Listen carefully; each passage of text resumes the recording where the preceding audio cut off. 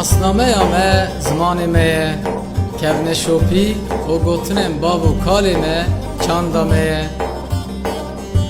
bername ya çanda me.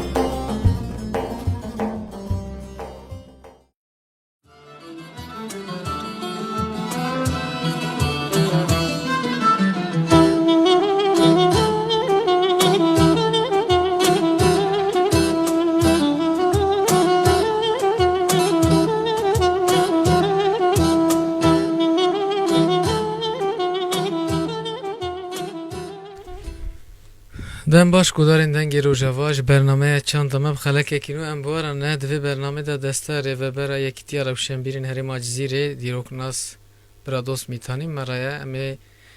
کمکجین لسر گلی کرد پیک هاتنه و نهاجی بردوام تکند دیروک دا که هاتنه امی وان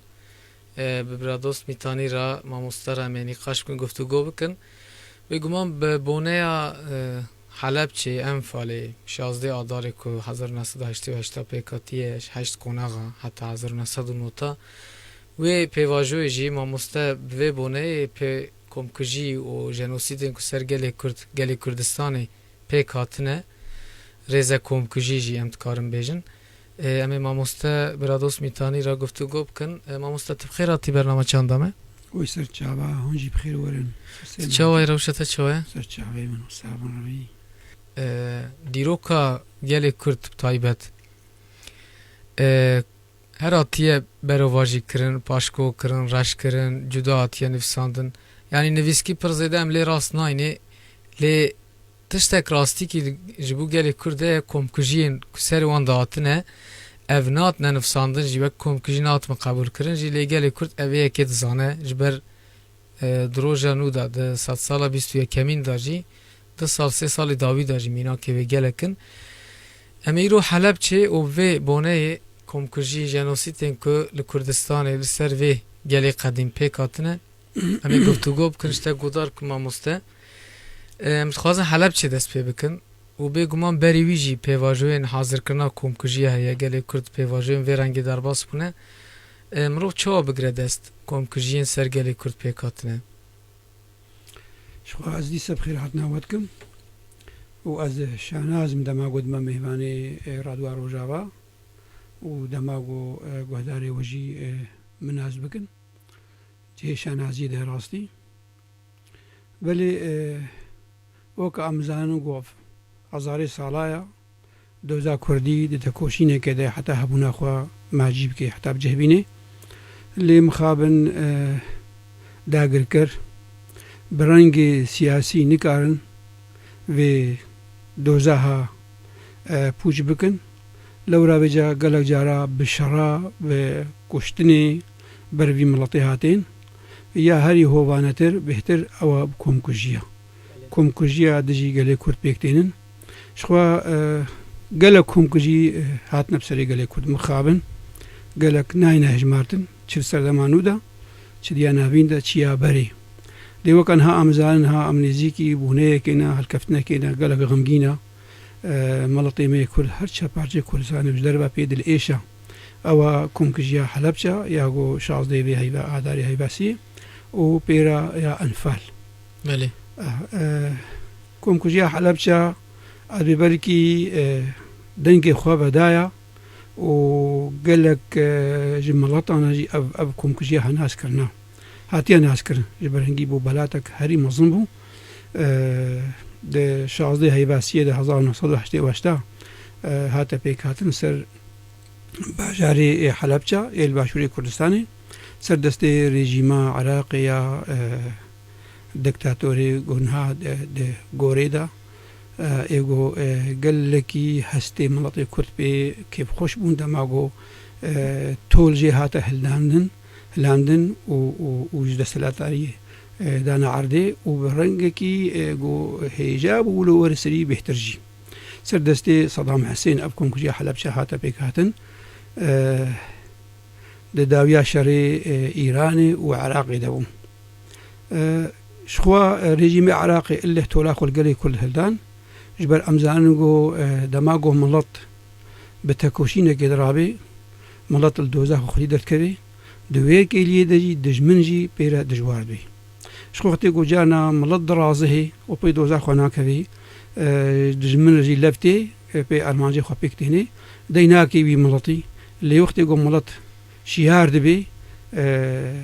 برانبري وی شیار بونی کریارین هووانا این داگر کران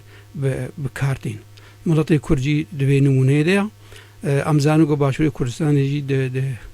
د قوناغ شورشگری برخدری دا درباز دبو رژیما عراقی بده شیویا نکاری بود دوزا ملتی کرد ومرینه لورا ویجا برنگی هووانا دهات حیج و دهلان یک جوا حیفا واحيفة أوبو ويا حلبجة بو ويا أنفالي بو حلبجة نهما ب كشتنا كلاسيكي بو مخابن بهيبرين كيماوي بو بغازي كيماوي بو بفروكا لبيريا لزاروا لجنا المالان لخيزانا رشاندن بفروكا برنكي هوفانا زارو جن مير سوال باز شيني جيا حموچك هات قركنو شطاندن بهتري 5500 كسي باكروان جغيني 6000 بريندار بو ابو لسر باجاري حلبجة وكامزانو باجاري حلبجة جد قناغك هرمك جغرافي نقابة ايراني و عراقي دبو هذا جبر ملي ما مستبورينه چما حلبجة ملي بگوتن جبر چه جبر او انفال بناوی انفال کمکوژی یک جنوسیتک سر باشوری کردستان جیلا فاشیزم دماخواه فاشیستین دماخواه صدام و پیکات جه 8 قناغا تی گوتن پیکاتی او انفال جه قاشو یعنی آیت قرآنی جوی دگرن یعنی ما فیوانه که لوی داره نتوا گلی کرد ناسنامایی بخن شخوا غنیمت چما انفال لوی پیکات چما حلبچه و چما جغرافیه بی عردنگاری کردستانی بله شخوا گو ام يعني فرق قوي انفال و حلبچه جمروف بله او الشيء بيا شو ام بيج الحلبچه تانية ام زانن گو بصداكم كجي هنا بله هاد سري كردا نه حلبچه تانية اللي چما حلبچه دويدا ميدبو و چما بتايبت بغازي كيماوي بو بله جبر راستي دويدا ميدا صدام حسين شرد دشكست بشري ايراني را دشكست و ملتي كرد هستوي گشت بون بر ازادي كي بچ بون چقدر سلادارك رژيمك دكتاتور قلص ببي الا تي بن خدمتها بر جهندينه توي بن دزدا وجنا توا كرد ازاد بو سربست بو خد حسها صدام حسين جو ازي هستا بشكينم ازي بهلم بقولوا ايشي خوبه مجول ببن جبو جو بهنا ازادي يا غبار شد بي ومري وجالي كي دي وجي حلبچه جي نزيكي سينوري ايراني بوم جخوره كره هنجت جو ريجيما ايراني دورديا وبريا هنگي ابيت هريما زردشت جي بله الورجي كوم گوشي بيكانين هريما زردشت اوجت كلمه روجلات روجلاتي كردستاني دا جو زي بهنجتا ايراني ازي باجاري حلبچه ازي قربكم اوجي يكبو وجالي كي دي وجي حلبچه تايبتمندي كاوي هيا بهتر گردانه هنا به بیردوزیا اولیو هیا مثلا افجي برزيدان نايزاني نوسا افجي نایزانین و خالق نازک و باش تب کارانین جی جیلا داگر کرا حتی ایرو تب کارانین حلبچه امکارن بیجن به بیردوزی اولی بگردایا و او بیردوزی اولی مخابن برنکه کی سازومانی داگر کری کردستان تکن خدمتا بر جهانی خدا و پیش چاندا کردی و هستی نتوی پیت کجن مخابن بله مخابن يعني إيراني أو تشكار آني وكري أولا شيعة براي ما كردي فيلي كار آني وحلبجة هذا جيب كار آني وحلبجة مخابن يعني أزني جيبكم مش جهدار أو تماشوان أرى حلبجة حتى هائل سردمان هذا باصر هذا مخابن داعشي مخابن هذا جاي مخابن داعشي ناب داعش يبون كردي ما حلبجة حلبجة بهتر بچاندا خويا أوليفا هاتا گراندن دور کت و حتی ایروجی مخابن ام غمگین و دما وادی منا د فیسبوک او دراغ خنا بین گودوری هستی خوینه توییت کرد تایبت حلبچه بشکش حلبچه نه حلبچه استیجی جبر گوری اولی یه گریدای بشیعه یعنی گریدای به سناوا و حتی رژیمات ترکجی اخوانزی توازن تیدا جهه کی خوشی بکن لێ هەری بێتر بە ئۆریا شیعە ئیرانی بەگردایە لەو ڕاوێجە گەلێک جارە ڕێخستنێن ئۆلی تێدە چێبوون حەلەبجادا و هەرێما حەلەبجادا وا ڕێخستنە دژی نەتەوا کورد کار و خەبات کردیا و حتا شەڕژی کردنا و گەلە جار شەڕوانی خۆ چێکە ناوەیەکەنە جندوڵڵاه یان جار ناوەیەکەنە ئەنساڕوڵڵاه حەلەبجادا و بوونە وەکە پارتی و وەکە هێزên لەشکەری و شەڕێ جواکا کوردیژی کردنا چ چند داویدا دکەونە تۆراویدا یان چ ئالی سیازەتدا هەر بوونە دژمنێ بەشێک ڕوو ئەمریکا بێ هەمووی بوونە دژمنێ دۆزا کوردی yani xizmeta ku kiriye ji netneteva kurdirawe taybet mijarek wanî ser ziman mamoste girîng e ol bawerî berî rûmeta mirov berî rûmeta netew gel hatiye îştin û ev tu carî nekete xizmeta neteva kurd çanda kurd çîroka kurd xwazim ez dêbêjim yani cêm xavî niyê de ya got dikeve xizmeta doza dahgirkara de mixabin ev çanda henê û mixabin bi navê Xwedê ve jî girêdayiya û gelek milata dikîne aliyê xwe jî û jêra piştgirî aliyê abûrî sazûmanî bercewendî jî gelek kesara têkirin heta got dikarin got beşer milatê me ji dozayî bidizin vêja Saddam Hüseyin keys anî bi hinceta got ev bajarê henê hevalê Îraniya nikarî bû heyfê ji Îranê hilênê û Îran şikest bi hinceta ha çima ev çandeha olî werdebû danî bajarê Helepça ji alîkî ve xwest got bêjî yanî va Îran divirdebû û ji aliyê dîvê herî serek hesteyên netewiyê got ber bi azadiyê ve çî di Kurdistanê sehê de vemirînî û em karin bêjin dema Helepça de jî hingî enfal jî bikar dihate anîn enfal jî û her em îro jî em dibîn û hingî jî her bi navê olê û musilmantiyê li Kurda hatiye xistin heta ew kiryara komkujiya enfala ya got ew jî 1988 dest pê kir di heşt qonaxê xwe de û her dem dest bi deverekê dikirin ew jî navê ayateka Qur'an lê kirin navê ayateka Qur'ana pîroz lê kirin havê kirine enfal çimanî enfala Qur'ana pîroz tê de gotinek heye wextê got pêxember silavê Xwedê lê bin çê şerê Uhud bedî bin gawira şerê gawira dibê xurucûhum min diyarihim ne ولد بيجي أويهات أو آيات القرآن بيروس سر كردا بيكاني يعني كرد كروك قاورا وخكروك نونر مسلمان تيرا ونابي ويكم كجيا قريش قو صدو هشتي وده هزار كرد تيدا بيسرو شو شونا نهم بيشاش هزار صدو هشتي وده هزار كرد وعقوبتها برانيا جنة ديارة نخويا شوازي في بيجم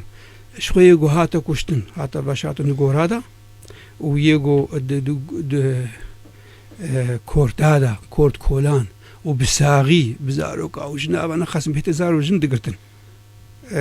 کاری من وها بگرن بە کۆماتکردە بن ئاخێدا و بلدۆزەرا و کرێدەرا خۆلیت بەردانەوە سەرەوە بساغی ئەوی حتا ئیرۆژی پشتی کەر چەند ساڵە گیانە کۆمکوژینە دوا گۆرەی گشتی دەتێنە خویاکەن و ژغەینی ولۆژی vêja وەکە berê çawa jin û zaro dihatin firotin û çawana Daeş û li Birayê êzîdî kir û li Kurdê me kir Saddam Hüseyin rejîma xwe li Kurda kirin qîz û zarokê Kurda hingî difirotin berî niha hatiye kirin yani dubare dibe ewa enfal da dobare bûn ha ew hingî enfal de bûn ha nûka dobar dibe dobare weka enfal qîz û zaro keç firotin gelek ji wa bajarê باشوری عراقی درکتن د سوریه درکتن د مصر ایرا د وڵاتی عربا حتی گهانه اوروپا یعنی گلک نه چیروکن پیدا دبن گونوکا کورک یعنی کچک مال بابا خوناسکی مال باتا خوناسکی بی هفدو ببینن زاروکی هاتو رواندن فروتن یعنی کریارنا گلک قمحت بعد اگر کرا جبرگو دوزا کردی بمرین این سری کرده حلبچه و انفال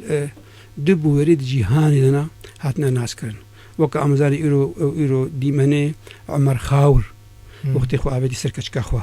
زارۆکە خوا زارۆک مری بوو بغازێ و ئەوژی سەر زارۆکێ دەمر ئیرۆ دنیا سەیحەجاندیە و کەسێ سازی مافێ مرۆڤە و ڕێخستێن و کەسایەت وا خاڵێها گەرنگ دبینن و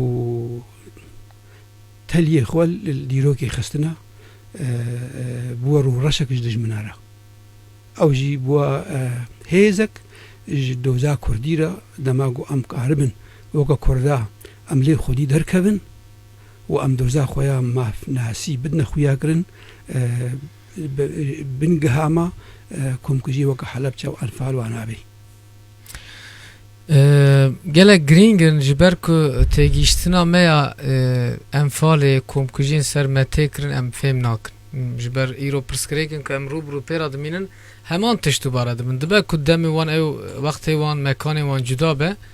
lê hişmendiya komkujiya ku jenosîda ku pêk tîne heman tişt heman hişmendiye heman dagirker e bi vê yekê em dixwazin komkujiyên din ên Kurdistanê da jî bi vê boneyê bîr bînin yanî wê demê bi hin navên cuda da olî da bawerî da li Bakurê Kurdistanê jî li Başûr jî li Rojhilat jî Rojavayê Kurdistanê jî komkujiyên cuda cuda çêbûne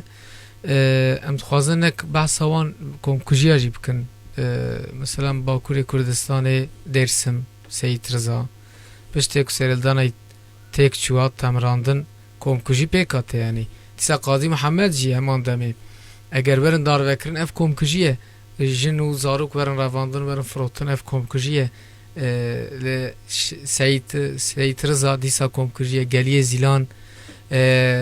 şerê botanê ên Bedirxana dîsa demên Nûjenda Roboskî berê wî Newrozê li Bakurê Kurdistanê li Rojavayê Kurdistanê em adarê den dozdê Qamişlû dozdê adarê serhildana Qamişlû tevayî Rojavayê Kurdistanê belav bû ve gwerî serhildanekî Ti Rifat dîsa wisa gelek komkujiyan em dixwazin vê jî nêrînê te bigirin mamoste wan jî ji ber çi çêbûne li ku derê çêbûne bi çi sedema û bi çi bixweraniyê شخوا کۆمکوژیە مەگەلەکانە تەجی ئاینە سەرناف ئەم کارە بێژن سەدەمێ وا کۆمکوژیە دو سەدەمێ سەرەکن یەک ژێ سەدەمێ نەتەوینە چمام کوردن داگرکەرێ مەمەنا پەجێ مەقبوو ناکن یا دوێمین جانا چما ئەمنە مسلماننشی جانا مسلمانەژی ئەنیە سەرێمە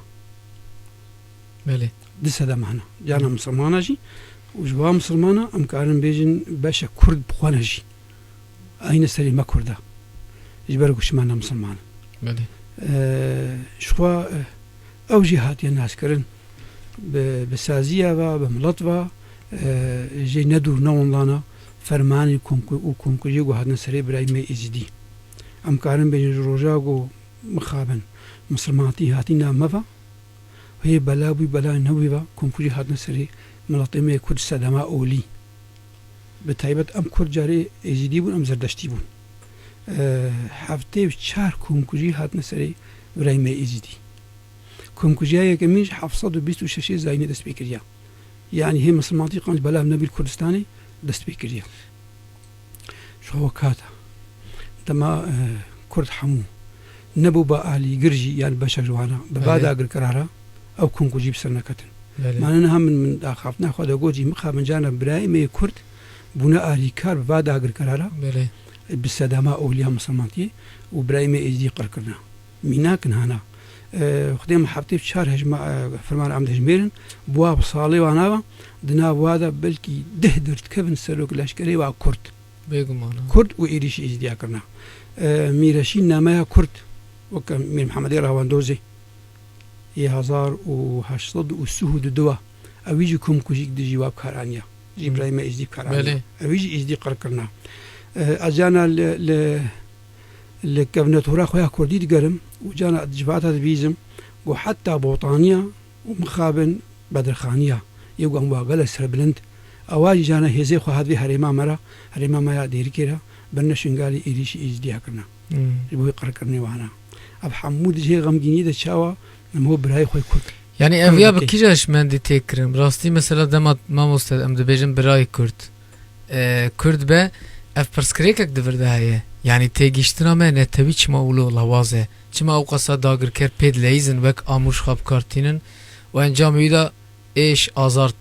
کشتن قتل کرن درتی همان تشت عینی آخی ام تینه کشتن عینی آخی ام هفدو کشن عینی آخی ام برچید مینن کوچ بردبن مخابن گریدانا ما کرده بنتهوا ما بنگل خورتا هستی می نتوی کسایت ما نتوی نگل خورتا وقتی گو خورد با مجی خو پارست بانا ما خو پارست بانا لیم خابن زو بیردوزی تێنە نامە بیانینە بناوێ مرۆڤاهیە مەژ دۆزامە دکشێنن یان سەدەم نەجانە بەرجەوەندی کەسایەتن بەرجەوەندی ئابوورینە ئەم وێگەلێک لێکۆرین هان ناکن نە بابەتێ وێنایە لێ ئەمزان گۆ ئەب هەستێنە تەوی کەسایەتانە توی نامادا قەلسا حتا گۆ دژم لێ کارینە مە دووریژە تەوامە بکن و بمەلها مەونە تەوامە مەلهەبدوو بخن مخابن ئەفسونجێ وەیەکەیە نەخوا وەختێ گۆ ئەمزانابان هەر ئۆلەک سەر باوەریەخوا هەر کەسێک سەر باوەریەخوا ماچمە ئەمێ بیا داگرکەراکن سەر خاتری ئۆلێ مەچین برای خۆی کورد کوژن ئێزی دیژی مرۆڤن ئەمژی مرۆڤن خستیانژی مرۆڤن زەردەشتی مرۆڤن هەموو مرۆڤ هەر ئۆلەک و مرۆڤن چمامە ئینە بکارکن دەستێ نادر شاهی ئیرانیدا چمامە ئینە بکار ئاین دەستێ سلێمان قانونی عوسمانیدا چمامە ئینە خاپاندن وەک میرەکەمان هامەگوتی وەڵا ئەز میرەکی کوردامە و دێت حێلان مدا هەرێمەکە نەمسڵمانزە چاڕەشی ئاوێژمێدا و کیە و براویە کووردا چما ئش بەرگۆ ڕاستی کەسایەتامەیە کوردی بەدامێرە قەرز و زەعی بووە و ئیرۆژ لۆتی خویاکردن وەختیان پایاکن سەر شۆڕەشا خۆیان ڕۆژاوە شۆڕەشا ڕۆژاو ئیرۆ یان هەمووسیە یا ڕوومەتەیە یا ئازادیەیە یا ژن و نام و سەمە و خاکامە ڕزگارتی مەزین بەشێک مەزنش کوردێمە هەیێنین دیسە مخابن بە ئەجندادێ ترکا بەگرێداینە بەجندادێش دەربەگرێداینە سونجێشیە سونجێ بێ کەسایەتە ناتویە گۆ خۆشک ئاوانە بووە مڵەت نادی هەنە دژمنێ هەفتوونە مڵەتێ دیها لێ دەما گۆ دژمنێت کە بێنە قەباوە مڵەت نادیدا هەموو خۆلە بدنە هەفتوو مەدی عفرینێ مڵەتی ترکا سەعی بوو خەباڵی ئەردۆگان دەقە ناعفرین داگر بکەن لێ ناوا خۆدا ناکۆکیەوە گەلک پڕ لەسەر کوردابوونەیەک لێ مخابن لەسەر عفرینێ مڵەتێ مە بودی سێقەت بەشێک ماڵی خۆڕنج و بەشێک بۆ هەواڵی داگرکەرە گۆمی عفرین ڕزگارکەن و بەشەی ترکێ 1500 شهید بخونێدان ڕین تەکوشنیوانە ئەف سونجێ مە کووردا وەختێ بوو کەسایەتامای نەتوین ئەمەدا قەلسا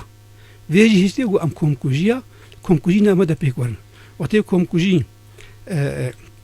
وەختێم یەک بانە و ئەم هێزێک بانم نەکەت بە خەفکێ دژمنێ خۆدا مە بیا دژمنێ خۆ نەگەربانە ئەو کۆمکوژی سەرمە پێک نەداتن مەخابن کۆمکوژی سەرمە پێکتن و بەشێک مڵەتی هەواڵی وا کۆمکوژی هەیە چ شنگالێ دەبێت چ ئەفرینێ دەبێت چ زیلانێ دەبێت چ کودرێ دەبێت حتا حەلەب جادەژی بێ سونجێ مەجی هەنێکتەدایە و سونجێ گۆ کەسایەتامانێتەوەی قەلسا وێژە دهێ وەکەتە ژمارتی بسەدا بەلکی نەدەها کۆمکوژی هاتنە سەری کووردا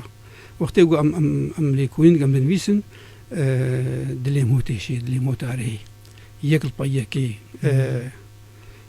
میناک مەگۆژی ڕاستی خالامایە سەرک ئەوە وەختێ گۆ تەکۆشین دەرەکێت بێ دژمنێمە کۆمکوژی یاوێژێتێ منە قڕ بکەی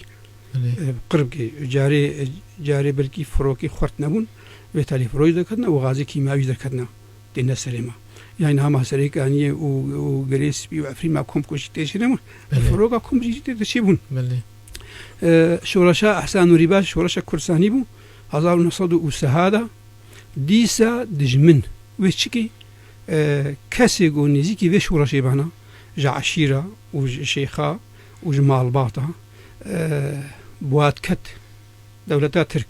هەموو کۆمتکردن و بەرێوا دانە نەواڵە و دانە کۆرتا و سەرێ جیادەتا بێتن 1930دا کۆمکوژیا گەلیە زیلان ناودارە 15,000 کورد تێدا شەهید کرد پاکەڕەوان کرد دوێ کۆمکوژی نکاری بوو شۆڕەشێ بەمرێ پێل مڵەت خست پێل کەسێ بێیت خست پێل خزم و زارۆکی وا شۆڕەگەرات خستن تقەنە هەستێ وا بشکێنن جاناژێ هەرێما گوند ناداژی دو گوند نایی جاناژێ گوندەک هەبێ سرە بلند برومەت بێها گوندێکی گۆخۆ ببینێ برومەت دالی جڤاکی دەخۆ بینێ برومەت دالی ئەیلی عاشیری دەخۆ بینێ برومەت دا ئالیێ نەتەوی دەبمێنێ خۆرومەت خودی رومەت داگرکەر دەبێ سەری بەتەوێنن سەروی گوندی بەتەوێن دەبێ گوندی سەر نمز بکەن چ دەکردن بەلا و هەنجەت کردن هەدا و تالی کۆمکوژیک میناک وەکای عەڵەقەمشی 1926 لە گوندی عەڵەقەمشی مثلا عەڵەقەمشیش سەدەما خۆش کوتەرێتێ گوندێکیە ئەرێوەکی تەگۆ سەرێ خۆ ناتاوینە کۆمکوژی پێکتێ هەنە کۆمکوژی بەکی مامۆستەتانی زمان کەس ئاگادار ژێنە گەلێک کورد نزانە vêyekê tam nivîskî nebejî گۆدار نەکریە نەبیستیە سەح نەکریە على خمشي گونده کی بابک گونده لسرحد وانه 33 گلت زانین اف جی وی کی یعنی چی تخوازم بجم گرل سر هر ور نفساندن هلبس بن رومان به ستران به دنگ بجی به وی کی ام دیروکا خو سر تکوشینه جی کوم کجی جی ام دزانج بروی بله شخوا علی دبکی ته بحث کر ستران گله جادیروک اما تومارت کی بله بگوه موله گهدارت کی على قمشي بوستران وملط ساعي بلكي بيجتي بالساعة هل بس بالساعة ستراني أو زاروكي بيقول نهج واكر نسروقه وندي على قمشي جنو أمريكا نحوشي يعني سترانك خوش كسران هذا كلي كحمونا يبيرم بوستران وندي على قمشي بله ما قلت صلاة أمي أنا ديروكاينا صلاة أو 1926 شابو سدمنا ويهنا شخو ما قو قندكي برومت بو مع الباطا مع حاجي عثمان مع الباطا كا برومت بو حشقا كرجي أفسرين ترك دهاتنا قند بلا چيت کرن بلا يقول كي قنديات خستن قبول نت کرن قنديا لاشكري عثمان تركات خست تركات خست هنگی دولت ترکی بو افسری کی ترکاجی کشتن برخاطر دستریجیت کرد نام ملدا و علی کی دیوجی به شورش شیخ سعید وگردایا وقتی گو شورش کستی گور لکولینا من تهیتا گو کس بلکی نابیزی مبکردی خون نویساندیا سر مبعربی نویساندیا ومن خستيا في برتقال خياز ماني كردي دجي ناوي چه ماموسته پورتا دیروکا گلیر هلاتا ناوین کم کجیا على قمشي من خستيا دا انا كفيا اللي تبكن من خستيا دج ملاطي خورا مو بكردي نويسانيا ود فيسبوك دا دیروکا گلين روجلاتا ناوين بله تشت كوم ابكم كجين هم بحثن برانيا واتيدنا من نويسانيا بزماني كردي انا كي بالشيخ سعيد بشرشا شيخ سعيد بتيغريدان دبي حاجو متبيستيا مظني هافيركا بله مظني هافيركا وقتی گو بلکه نهار دنگی ممکن بین راستجی بین نولوجی بلکه هنگی هستی عاشرتی نازک و هیچ کن نام ملت نمار هنر کنه باشه قبول نکن راستی لو نخوشتی مخابن ما راستیه قوله ها يعني ازورن يما ام بلغاتي هنا ام بول برغا شروع بتكن هنا كي ديبي ولا ابلغ نراس بابلغ ديجي بالجمع هنا وجه راسي اما انا ددلو سليم الهاتات كبي دمام نكون اخو ديرو كيتكن نخازن بابتي عشيره دا وجه الجور امنها جريدن بكونكوشيا على قمشي دا دبي هنجي وقتيغو عثمانيه تركا شيخ سعيد قلت اين بر دار بكرني وكرسي بن تركا اج حاج وخست قو كرسيش بنجيب دي عليكي جبي بخنقي بمري بله جاميرك شي والكاري كي هبي قو حاج وبيك هناك قلت بيك بك تخو عشيره خوش وطن هبيت كده ديرو كده بخرابي وفجأة حاجه له نكر وقت حاجه له نكر زاني بو تركي فرماناي انن بكوج بربو هاتا قندي على قمشي والقندي على قمشي قلت تركا داپای ود اوديدا دور پیچ کرن آغای گوند این هما گوتی جامعه عشیره قلون گوشم خال کانا آغای گوند قالك باز قران دو فراوینا ترکا چی کربوا مجول کی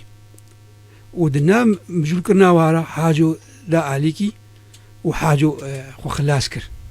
وقتی گو ترکا بهیز گو و عشیره و مالباطا هنی ابیکا هاکریا تولا حيف الواهلدان دبي ام دربك الوابخ فيجا نوكا فيجا هيزك الاشكري هنجي شخو فروق اونا قال بكارنا هاتن بلكي نبونجي كارنا جبر غوندا كارينا ببيچن دوراينا ومالي لبكوم كرنا جن كرنا حوشكي مير كرنا حوشكي تبلو جاروكا طارز داغر كرا كردستاني ابش شغات كان و بوش وخرنوف آنی لوا کوم کرن و آگر بردان حموشکا بنزیکا 1500 کسی بسوسرتی هاتن شوطاندن و وجه وقتی گو شوطی نما کسی کلاجه ناست کرن لبن جانا جناب درجش بني كلاشا كوما كلاشا فلتينا أو جانا تشيروكا خد بين فيرنجي هاو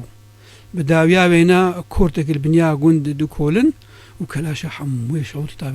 طابينا وكورتي دا أبجي رنج جهوبا هو بيتيا تركابو أين سري كوردا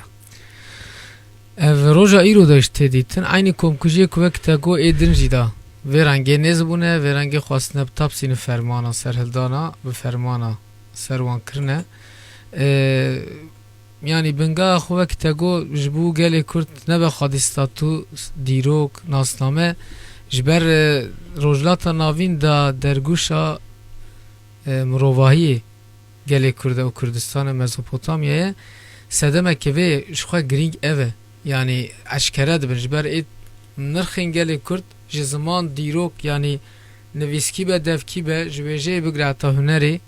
û erdnîgariya wî ser erd û bin erdê wî hemû hatine dizîkirin li ser vê yekê tê jiyan kirin. Îro çar perçeyek ku Kurdistan dagir kirin ev dagirkerên li vir ev ê rengê dikin. Em dixwazin komkujiyên din jî wek ên li Bakurê Kurdistanê û pêva ên êzîdiya jî te destpêkê qala wê kir ku na di rojevê de ye cardin dixwazin destberdanê deste ser bikin îrade gel êzîdiyê Şengalê li komkujiyên ku pêk hatine wek geliyê Zîlan te got Şeyx Seyid Rıza mesela Seyid Rıza jî bi vê rengê kirine Alewiyên Kurdin li wê bi dey hezara însan qetil kirine piştî Seyid Rıza darvet dikin di wê de jî îxanet wekî em dibêjin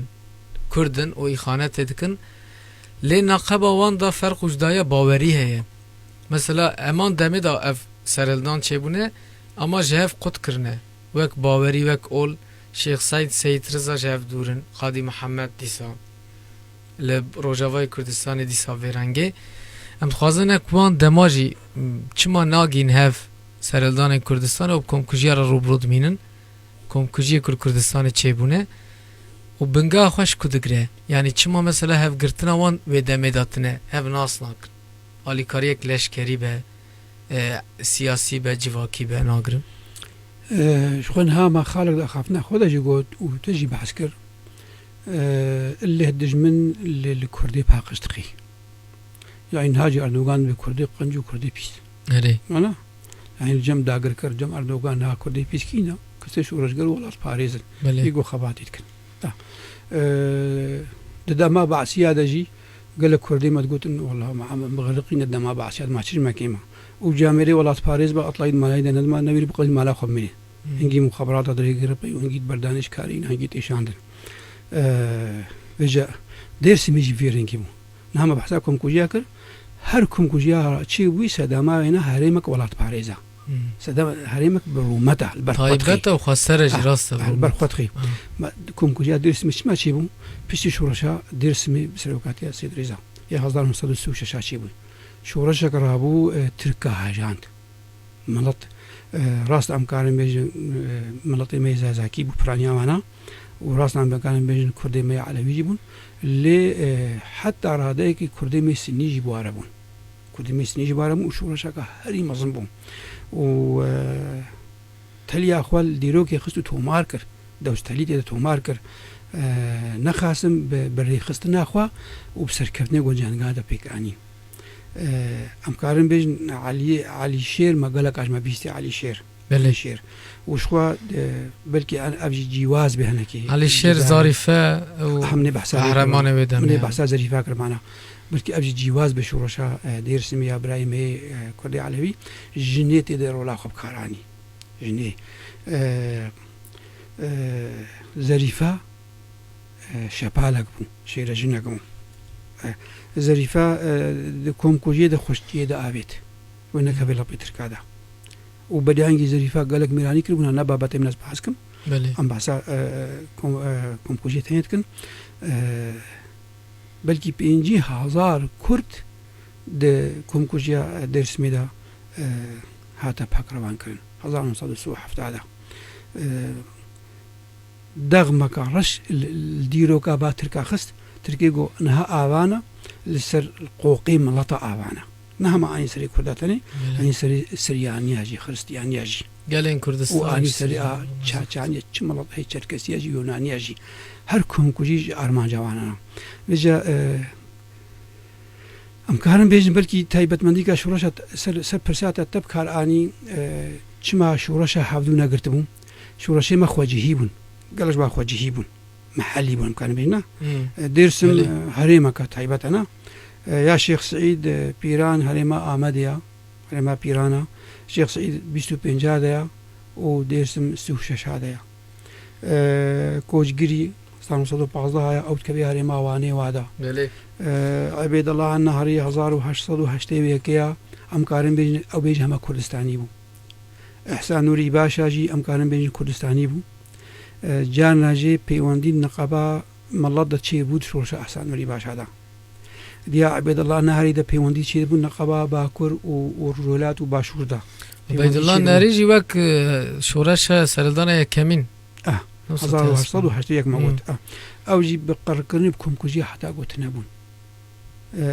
نبرانکی سیاسی نبرانکی رامیاری برانکی قرار کردن و هوانا یعنی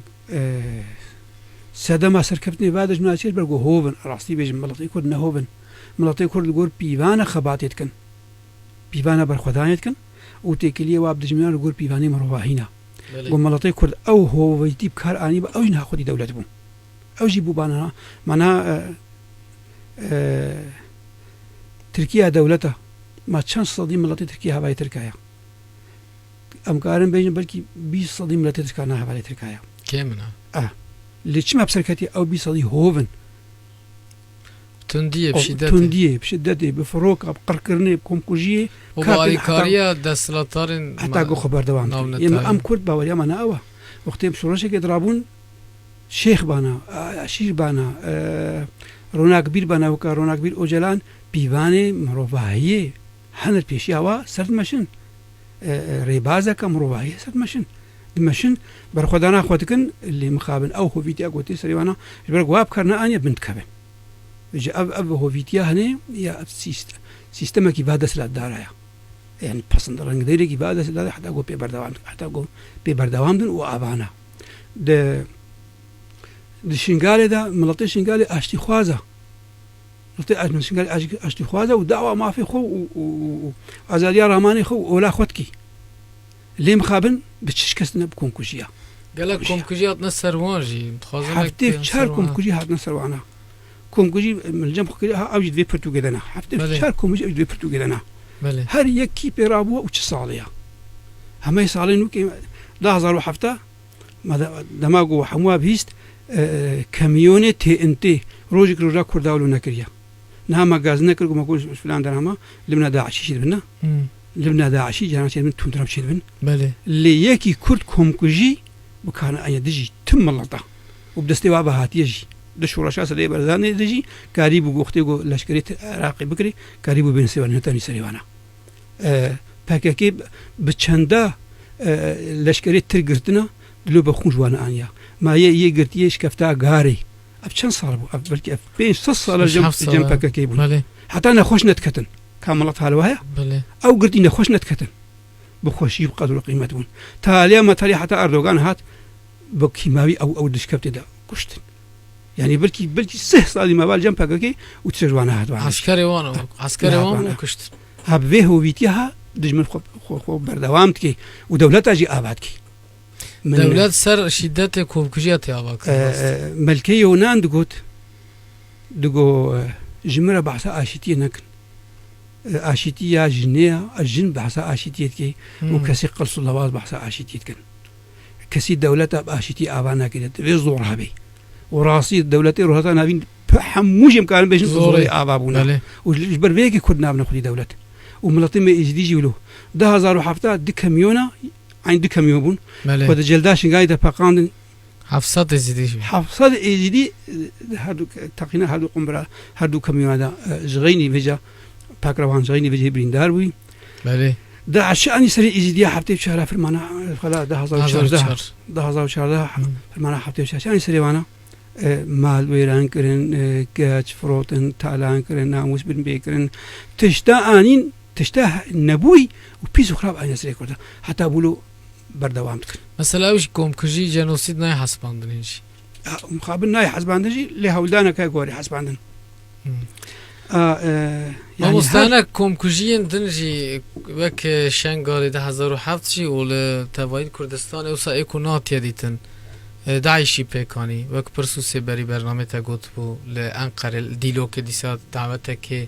ge Kurdistanî da êriş kirbûn 53 kes li pirsûsê dîsa li Enqerê dîsa li Amedê dîsa hin 2015 li Qamişlû 2016 ti Rifat dîsa vê rengê kۆmkujî vê rengê jî hatin kirin yani ڕاستە تەناوێوا گوت ڕۆبوسکی ئەمش بینێک ڕۆبۆسکی بەێ ڕۆبۆسکی 2011 مڵەتی سڤیل یê پەینانەی خۆ digerhan kirînە firotin dikirin yani xebateke dikin ji ber naneyê xwe belkî milet wê xebatê ser xwe qebûl nekî hingî zehmet e ji Welatê Kurdistanê rahêjina barasê milê xwe wara û dayîne bakur heta goş xwe firot pê jiyan dikirin bazirganiya xwe dikirin duwa ciya duwa besûna wala wana da firoka Tirkiyê danî wa sih û çar ciwan wa kuştin 2011 Pirê wan zarok bûn kunanê ciwanê hûr jî bu ara binê got karî bazirganiyê bikin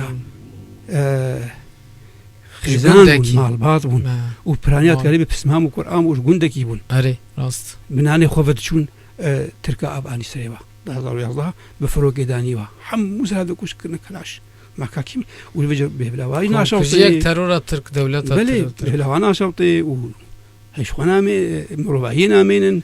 di Kobanê de 2015 Daeş dîsa komkujî Kobanê çêkirin bawer ke Daeş jî ji çêkirina va desthilatdara va rejîma ye û ji xwe ya herî armanca wa serik bikine nav doza Kurdî de û ji roşa amaya rojava vemrînin ji bawerê Daeş çi parçê Kurdistanê ji roşeka bê êwka Daeşya nava de çêkin derketina wê û tevahî piştevaniya desthilatdarên din û Tirk jî gelek komkujî vê demê ne tenê Rojavayê Kurdistanê eyn li Kobanê wek te got li Pirsûsê li Enqerê li Amedê li dîsê Kobanê 600 nişte cihême û welatiyê me li Kobanê jiyana xwe ji destan hezîrana 2015 piştê ku Kobanê rizgar bû li Pirsûsê dema got ciwana piştgiriya dîsa Kobanê kirine Daeş xwe nava da dîsa teqan Ew barim 33 ciwan 34 ciwan ew jî belkî sih ciwan ewa jî jiyana xwe ji dest da şo ku me nebêje komkujiyê got hatine serê em karibî milet nadî jî weke xristiyaniya sêfo ew milyonê û 2 milyon bû em wene Sîwasê Sîwa dema got ronaqbîrin Maraş belê dema got di otêlê da di otêlê da hengek darxistibûn yan wî karekî Madimakê û Ezî Nisîzê lê rûştî bû tûndirawa êrişî otêlê kir gelek rewşenbîr têda bûne şehîd xist şehîd ketin û bildar bûn yani gelek ji xwe ev bîrayîna Helepça xal hevdûd vekin têne bîram hû hovîtiya va milata ji ayna serê Kurda li Rojava jî em karin bêjin heta şehiyê me yê Kurdî şehiyê me yê civakî malbata Fatime Hesekê şehiya wa teqîn çêkin ew malbat dîsa pekaran şehîd ketin Newrozê de şehiya Newrozê de dîsa Hesekê êrişî kirin teqandin şarederiya me ya Qamişlû di nav erkedara da di nav milet da yê di xebatê de teqîn çêkirin li cilda Hilêliyê kamyona got teqan dîsa tar ew cilda dikarê bê anî xwarê heta nahêşûn bermayê wê xirabî li wê dêna li Dîlokê ew jî komkujîk li Enqerê di komekê de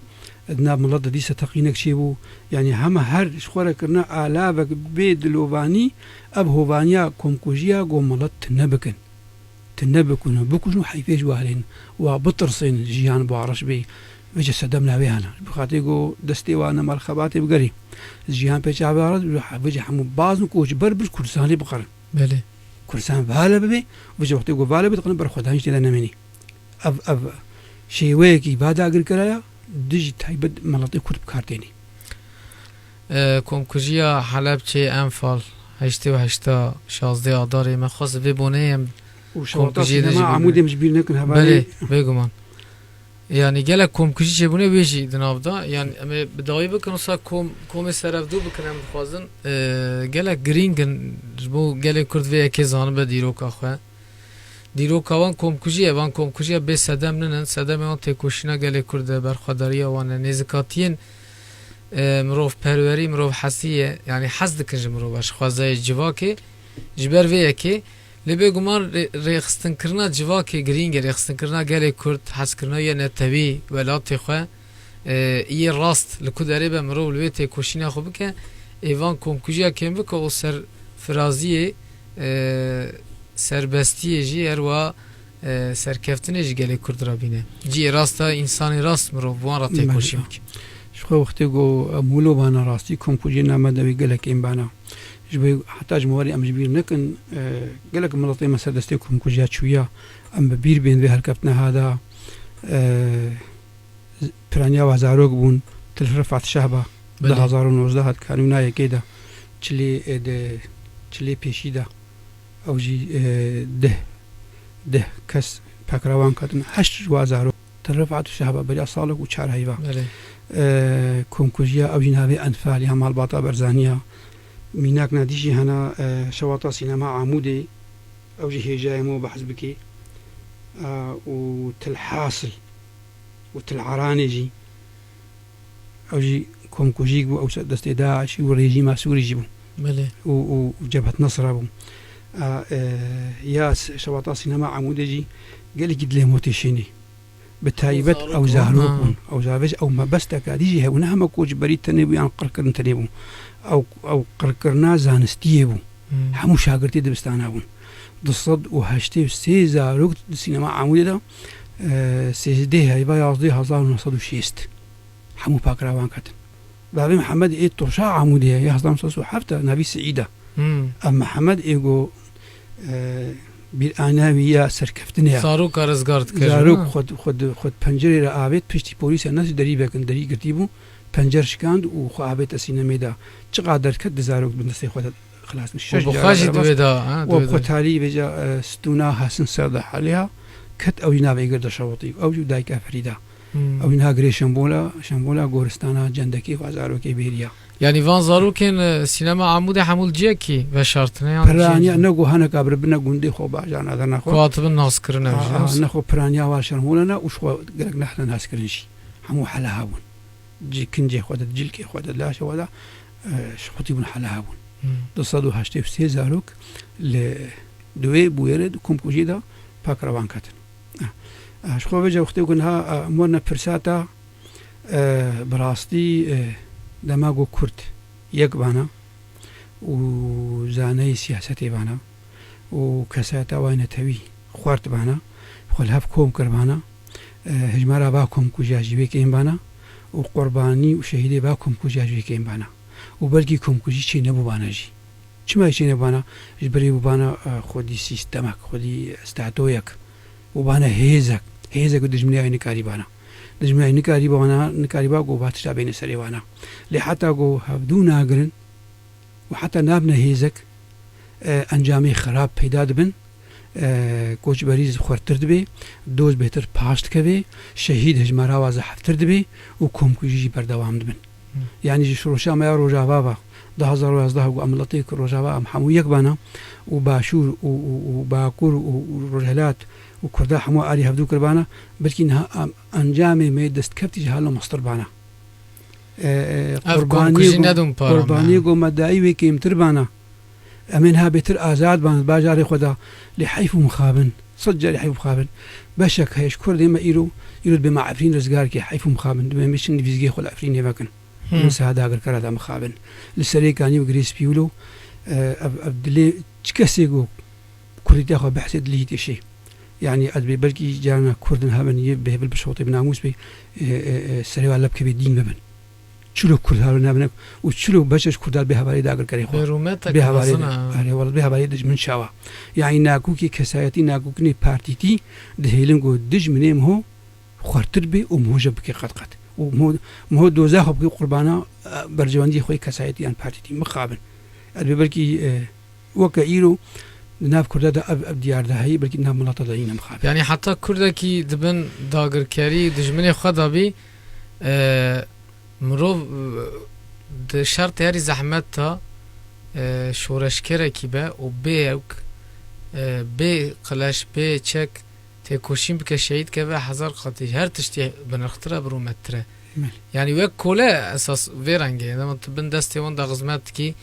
غزماتا كنت كيش دبا سدام كومكوجيا كشتنين قالي كرت تنكرنا في ديروكي في ملاتي اف كولاتيا كي انجام دا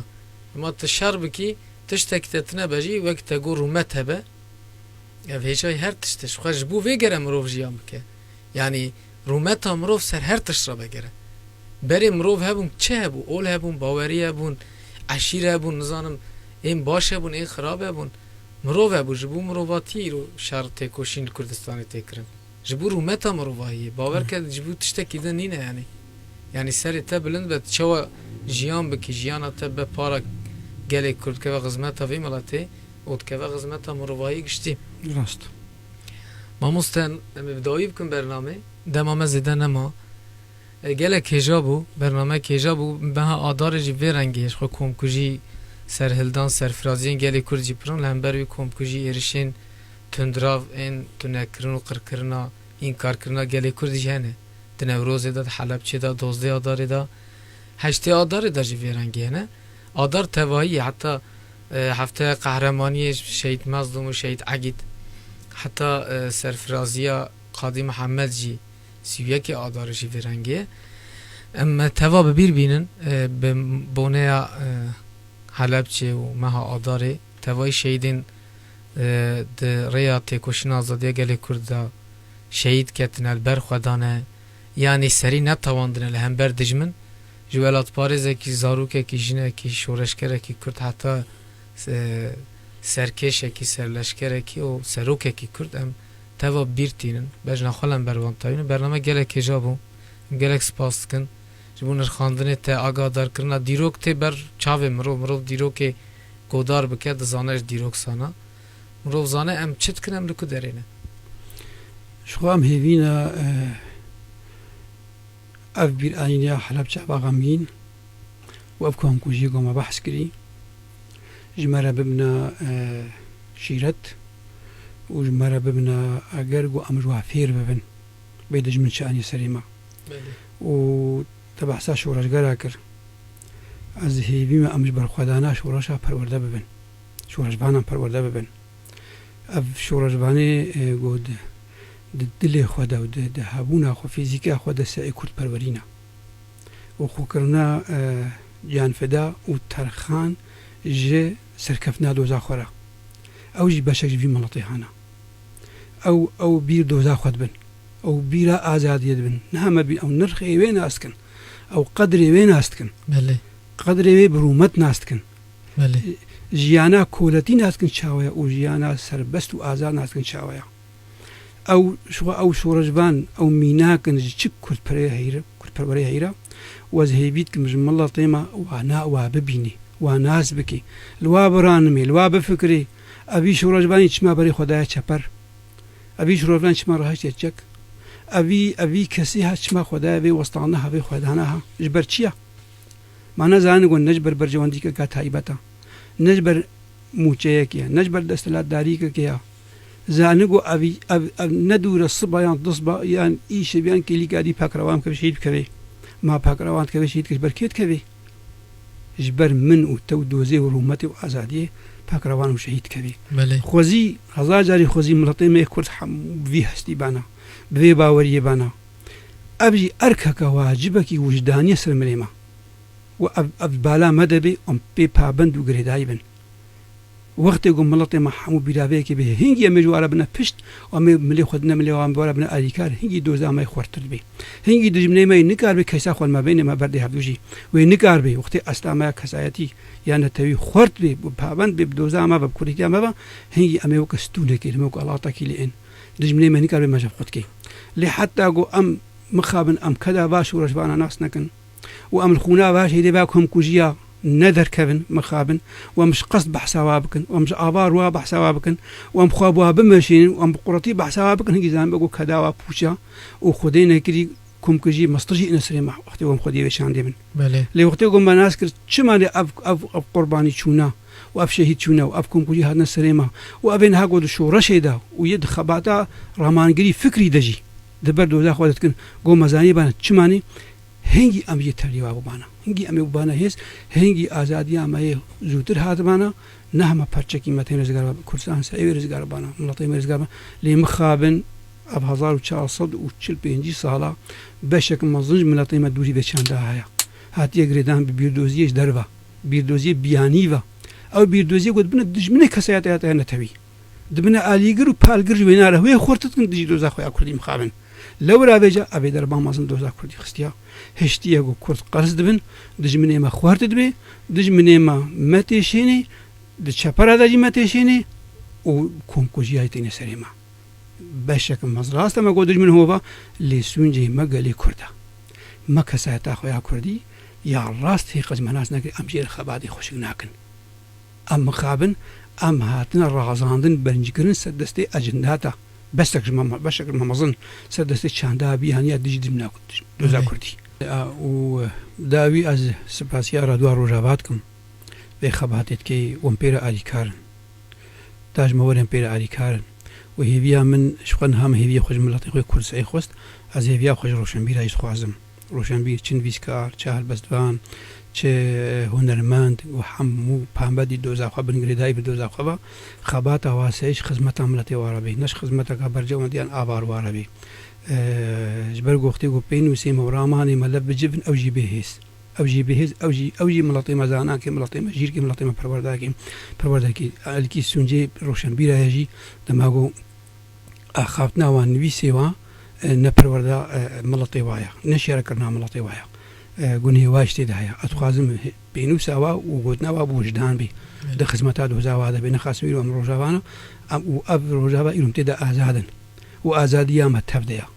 یه هەوالی شوڕەشێبی نە هەوالی شوڕەشێبی کی بێ سەر خاکە ڕۆژاوا ژیانکە ئازادیە هەیە وینایە وش هەمواتی خۆزم گوت بێ ئازادی خودی دەرکەوێ و ژێرە بێ ئالیکار بە چ ڕەنگی بێ بە چ ڕەنگی بێ بە دلسۆز بێ وجدانی بێ ji بۆ خاتی ئەو ئازادیە وەری پارستن و ئارمانجی دژمنێمە وەکە بەرێنەوە سەرێمە و ئەو دووزامە مخابن نەشکێ و کۆمکژی بەردەوام نەبن بله هێویە مەژی vêrengiyê divê em têkoşîna xwe bi hev re bi zanebûn bi elmî bi netewî bi çandî bi dîrokî bikin piştavaniya çanda gelê Kurd bikin me komkujiya Helepçe bîranî têkoşîna Helepçe îro berdewam dike lê mixabin Helepçeyê ku pêkanî bû sedem bêrêxistin kirin nenaskirina gelê Kurd çanda xwe dîroka xwe hev dû naskirin bû herî bingehîn jî qebûlkirina parçekirina Kurdistanê bû eger xwedî statî û xwedî nasname bana xwedî hêz bana îro vê tiştê nedkirin kî xwedî hêz be kes nikare komkujî serbîne Evalê birados em gelek spas dikin mamoste birados godarên merhaba ji desta rêvebera Herêma Cizîrê yekîtiya Rewşenbîrên Herêma Cizîrê nivîskar dîroknas birados Mîtanî merhaba em cardin spas ji bo te dikin godarên nêja heta xelekekî din ji bo çanda me mînit xweşiyê da dem baş سپاس و سەرکەفتن